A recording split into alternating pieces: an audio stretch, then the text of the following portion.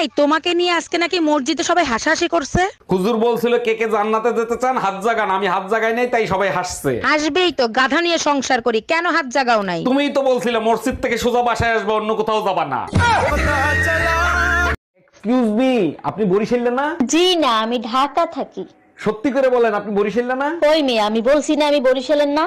তাইলে আপনার বরিশালে মাতারিকে মতো লাগে কে? হালার পর হালা সোফরাই একাল পাঁচার চামড়া উড়ি গেলাম, মুই কইছি না আমি বরিশালের না।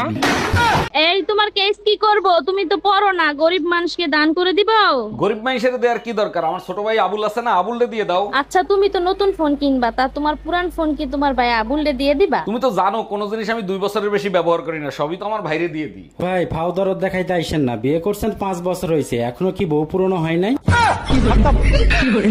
আচ্ছা, মা বললো তুমি নাকি বিয়ের আগে অনেক বড় শয়তান ছিলা। শুধু শয়তান ছিলাম না, শয়তানের মহাগুরু ছিলাম। জানো শয়তানের কাছে কখনো শয়তান আসে না, আসে ভালো মানুষ। শয়তান যেখানে না যাইতে পারে সেখানে বউ পাঠায় দেয়। हम इसका पति है, हमको सिर्फ फांसी का सजा। আচ্ছা দুপুরে যে পায়েস খেলা, পায়েস কেমন হয়েছে সত্যি করে বলবা, আমার কসম। সর্বনাশ হয়েছে, সত্যি কথা বললে অশান্তি হবে, মিথ্যা কথা বলা যাবে না, কসম দিছে, কি করব?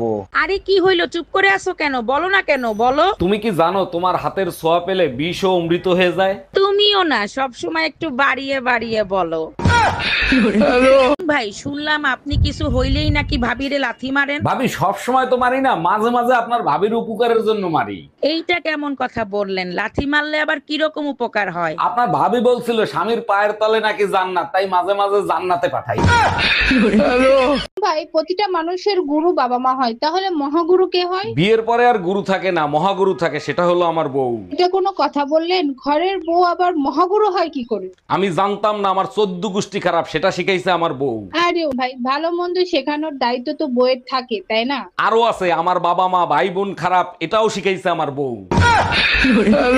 ভাই প্রতিটা মানুষের গুরু বাবা মা হয়, তাহলে মহাগুরু কে হয়? বিয়ের পরে আর গুরু থাকে না, মহাগুরু থাকে, সেটা হলো আমার বউ। এটা কোনো কথা বললেন? ঘরের বউ আবার মহাগুরু হয় কি করে? আমি জানতাম না, আমার 14 গোষ্ঠী খারাপ, সেটা শিখাইছে আমার বউ। আরে ভাই, ভালো মন্দ শেখানোর দায়িত্ব তো বউয়ের থাকে, তাই না? আরো আছে, আমার বাবা মা ভাই বোন খারাপ, এটাও শিখাইছে আমার বউ।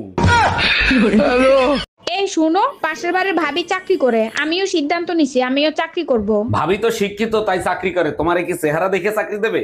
আমিও তো শিক্ষিত, ভাবি কোন পর্যন্ত পড়ালেখা করছে সেইটা বলো আগে। ভাবি এমএ পর্যন্ত পড়ছে, তুমি কোন পর্যন্ত পড়ছো? শুধু এমএ পর্যন্ত পড়ছে, আমি তো এ টু জেড পর্যন্ত পড়ছি।